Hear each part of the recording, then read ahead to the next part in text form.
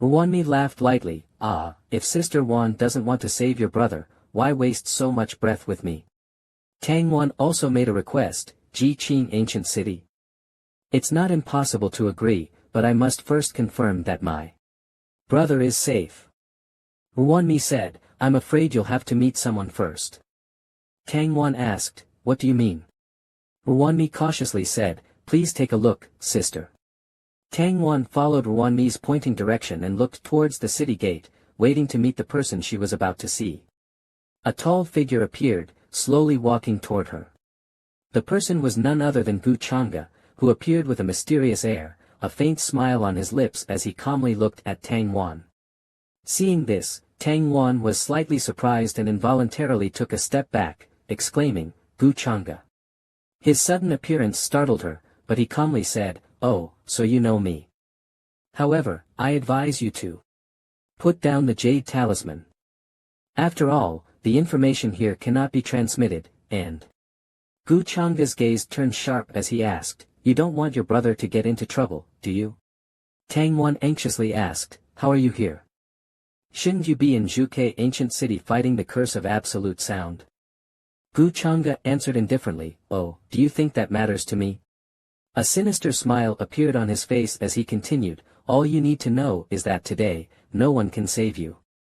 Hearing Gu Chang'e's threat, Tang Wan furiously said, so it was all your plot. Why? Gu Chang'e spoke as he summoned a slave mark, why? Do you want to ask how I know about your relationship with Chu Hao? Or how I know you want to help him fight me? Ruanmi stood by and listened, guessing in her heart, this. Gu Chang'e continued, you have your spies, and I have mine. Chu Hao offended me, so I naturally investigated everything about him. Including you, his childhood sweetheart. Tang Wan, in fear, said, what do you want to do? The Tang family knows I came here today. If something happens to me, you won't get away unscathed. Gu Chang'e was unafraid, instantly vanishing and appearing behind Tang Wan, whispering a threat, I see you're scared silly. Trying to use the Tang family to threaten me. What is the Tang family? Tang Wan was even more terrified, hardly believing what she was hearing. But she wouldn't let Gu Chang'e succeed. Tang Wan immediately took action, saying firmly, I'll fight you. However, Tang Wan's power was ultimately no match for Gu Chang'e. Even though she used her painting abilities to counterattack. Gu Chang'e had already reached the supreme realm. With just a use of heart ink transformation, he easily sent Tang Wan flying. Chang'e calmly stood there and said, logically, we have no grudges, yet you secretly helped Chu Hao to deal with me. So, I can't be blamed for this. Tang Wan was struck by Chang'e and was unable to fight back, leaving her at his mercy. Seeing Tang Wan fall freely, Yin Mi took the opportunity to pounce with her tail, attempting to bind Tang Wan. Tang Wan's hands were tightly bound by the fox's tail. Even Yin Mi's legs weren't spared. Tang Wan was bound by Yin Mi's fox tail, unable to break free. She angrily shouted, Yin Mi. You, let go of me. Yin Mi didn't respond, instead dragging Tang Wan and smashing her onto the ground. Tang Wan screamed in pain from the intense impact, blood splattering out. Gu Chang'e stepped forward and said, all right, relax, let me plant the slave mark. After that, I'll release your dear brother. Although Tang Wan was helpless and beaten, she still stubbornly retorted, cough, you. Dream on. Even if I die, I won't let you control me. Do you think I care about Tang Tian that much? Chang'e replied indifferently, fine, I'll plant the slave mark on your brother, help him increase his strength, then have him return to the Tang family and lie in wait until he personally kills his parents, grandfather, and all the family members. Tang Wan angrily cursed, you damn dog, despicable and shameless. Chang'e remained unaffected. He gave Tang Wan a choice, I'm just giving an example. There are many ways to destroy your Tang family. Will you sacrifice yourself to save the entire clan, or choose to commit suicide and let the whole clan perish? You don't have much time to think. Tang Wan seemed to have foreseen her fate, tears welling up in her eyes as she said, I want you to swear on your Tao heart and promise me one request. Gu Chang'e silently listened. Tang Wan sorrowfully voiced her wish, "Don't harm Chu Hao's life." As she said this, tears fell, filled with deep affection for Chu Hao. Even in this moment of being controlled by Gu Chang'e, her thoughts remained on Chu Hao. "Hao Gu, I'm sorry, Wana has done her best." Chang'e, hearing Tang Wan's request, slightly raised the corners of his mouth. "Although you're not qualified to make demands, I have compassion, so I'll agree to it." He then continued, "I, Gu Chang'e, swear on my Tao heart today. If I break this oath, my Tao heart will collapse, my cultivation will go astray, and I'll be obliterated by heaven and earth."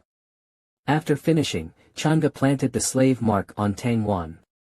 Gu Chang'e thought to himself, "Chu Hao, I've finally prepared this surprise for you." At this moment, Tang Wan had become Gu Chang'e's servant. She knelt on the ground and whispered, "Master." Chang'e said, "You don't need to worry too much. As long as Chu Hao stays obedient and behaves like a prince of sparrows, I won't harm him." Tang Wan obediently answered, "Yes." Hearing Chang'e's promise, her heart finally calmed down. That's great." Chang'e chuckled lightly. "This Tang Wan is the direct descendant of the Endless Tao sect. I remember that woman in Qin Ya, interesting, two top sons of fate competing for a woman. Watching the tigers fight from the mountain, isn't that beautiful?" Emi softly asked, "Master, how should Tang Tian be dealt with?" Chang'e smiled and said, "Return him to the Tang family. After all, we keep our promises." Then, Gu Chang'e continued, "All right, I should go back to deal with the disaster of Jian. Leave the rest to you." As soon as he finished speaking, he flew away, and Emi respectfully said, "Farewell, Master." Tang Wan remained kneeling, silent, her heart filled with doubt. She also calls him Master. Could it be? After Gu Chang'e left, Tang Wan stood up and asked Emi, "What exactly is your relationship with him? Have you also had the slave mark placed on you?" Emi shyly replied, "What kind of relationship could we have? I am just the master's servant." Her tail gently swayed, then she added, "And I don't have the slave mark." Tang Wan was stunned. "How is this possible? You are the heavenly woman of the nine-tailed Sky Fox clan. Don't you feel ashamed saying such things?" Emi smiled gently and explained, "Ashamed? The future achievements of my master are beyond your imagination. What's wrong with being his servant? Besides, he takes the time to see me, and I am happy about that." At this moment, Gu Chang'e had returned to the Zhuge ancient kingdom. Seeing the young master return, Ji Qingxian immediately went forward. "Young master, you're back." Gu Chang'e responded, "Yes. Has anything happened in the Zhuge ancient kingdom these past few days?" Qingxian reported, "No, the Zhuge ancient kingdom is very peaceful, and the talents in the academy have been doing their best to eliminate the soundless disaster. But I heard that something happened in the Wushuan ancient kingdom." Gu Chang'e was surprised. "Oh, the Xuanwu ancient kingdom?" Qingxian explained, "I heard that many of the talents' origins were almost devoured. It seems there are disciples of the demonic arts mixed in their ranks." After hearing this, Gu Chang'e immediately sketched out the people Qingxian had mentioned. "It's them. Has Qingxia already arrived at the Xuanwu ancient kingdom? It seems they're targeting the Xiang heavenly king, who has a conflict with me." He slightly raised the corner of his mouth. "This intention is a bit cute." Coming back to his senses, Chang'e walked leisurely into the main hall and said to Qingxian, "Sai, this is really dangerous. I hope the Xiang heavenly king and the people of the Xuanwu ancient kingdom will be safe." Qingxian, seeing Chang'e cares so much, couldn't help but praise, "Young master is kind-hearted." On Chu Hao's side, he had already completed the soundless disaster and returned home. Upon seeing Chu Hao, his father happily rushed forward and shouted, How are you all right?" Chu Hao respectfully bowed, "Father Emperor." The king, both happy and worried, said, "The soundless creatures outside the city gates have been dealt with. Luckily, Hao was here, otherwise, the Zhuge ancient kingdom might have." Chu Hao humbly replied, "Father Emperor, you're being too kind. This was my responsibility, and the crisis has been temporarily resolved. Suddenly, someone reported, "Report, Your Majesty, the other entrances were also fiercely dealt with by the talents of the true immortal academy." The king angrily said, they were just trying to earn trial points. Even without them, Hao could have handled this disaster alone. Chu Hao quickly tried to calm him down. "Father Emperor, please calm down." But according to the current progress, the number of soundless creatures eliminated by Gu Changa's team is indeed not as much as mine. I don't know what he's up to. The king, still dissatisfied, said, isn't that so? Not doing things to the best of his ability. Don't even mention Gu Changa. The king then asked, "Hao, what about your junior sister Ji? We haven't seen her lately." Chu Hao replied, "Junior sister Ji said she had important matters and left early." The king suddenly laughed. "By the way, Miss Tang Wan is here and is waiting for you in the Imperial Garden." Upon hearing that Tang Wan had come, Chu Hao was overjoyed and said, "Waner, when did she arrive?" The king urged Chu Hao, "Even earlier than you. Go quickly." In the Imperial Garden, Chu Hao and Tang Wan walked side by side on the bridge. The surroundings were peaceful and romantic. Suddenly, Chu Hao asked, "Waner, what brings you here today?" Tang Wan looked slightly melancholic and answered, "I've not been very busy lately. I suddenly remembered something and wanted to discuss it with you, brother Chu Hao." Chu Hao asked in confusion, "Oh. What is it?" Tang Wan pondered for a moment, her expression becoming serious as she lowered her gaze. Anyone could feel her subtle sorrow. She suddenly turned to Chu Hao with a flustered expression and said, "Waner knows that there are some conflicts between you and Gu Changa, but his methods are ruthless, and his edge is too sharp. Brother Chu Hao, let's endure it if we can." Chu Hao took Tang Wan's hand. He asked in confusion, "Waner, why are you suddenly saying this? Have you been wronged?" Tang Wan quickly denied, No. How could I be wronged?" She rushed into Chu Hao's embrace and urgently said, "Brother Chu Hao, you must believe me. You absolutely cannot be enemies with Gu Changa. That way, he won't come after you. I really don't want anything bad to happen. Promise me, okay?" Chu Hao's heart sank slightly. A few days ago, Tang Wan urged me to reach the Supreme Realm quickly so I wouldn't be threatened by Gu Changa, but now she's telling me not to provoke him. He just quietly replied, "All right," but his heart was full of questions. Why is Waner suddenly bringing up Gu Changa and warning me about his intentions? What happened? At this moment, Tang Wan finally felt at ease and softly said, "That's good." The two embraced. This warm embrace might heal Tang Wan's heart. Her worry and fear for Chu Hao also slowly dissipated at this moment.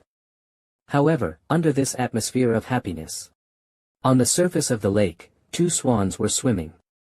What was even more terrifying was that a poisonous snake quietly coiled around one of the swans and killed it with its venom. This scene seemed to foreshadow an impending tragedy. In a desolate place, Jiang Chu was sitting alone on a rock, practicing her qi technique. She felt a bit wronged and thought, once again, I'm the one left to find it. Jiang Chu took out a treasure and cast a spell on it to search for Gu Changa's whereabouts. At Yunyi Pavilion, Changgu sat at the dining table ready to enjoy his meal, but suddenly, the image of Jiang Chu using a magical artifact for indirect communication appeared in front of him, accompanied by her angry scolding. "Where are you having fun? I was searching for the source of the soundless disaster, and you've been nowhere to be seen the entire time. I'm not your subordinate, you haven't put in any effort. It's unacceptable."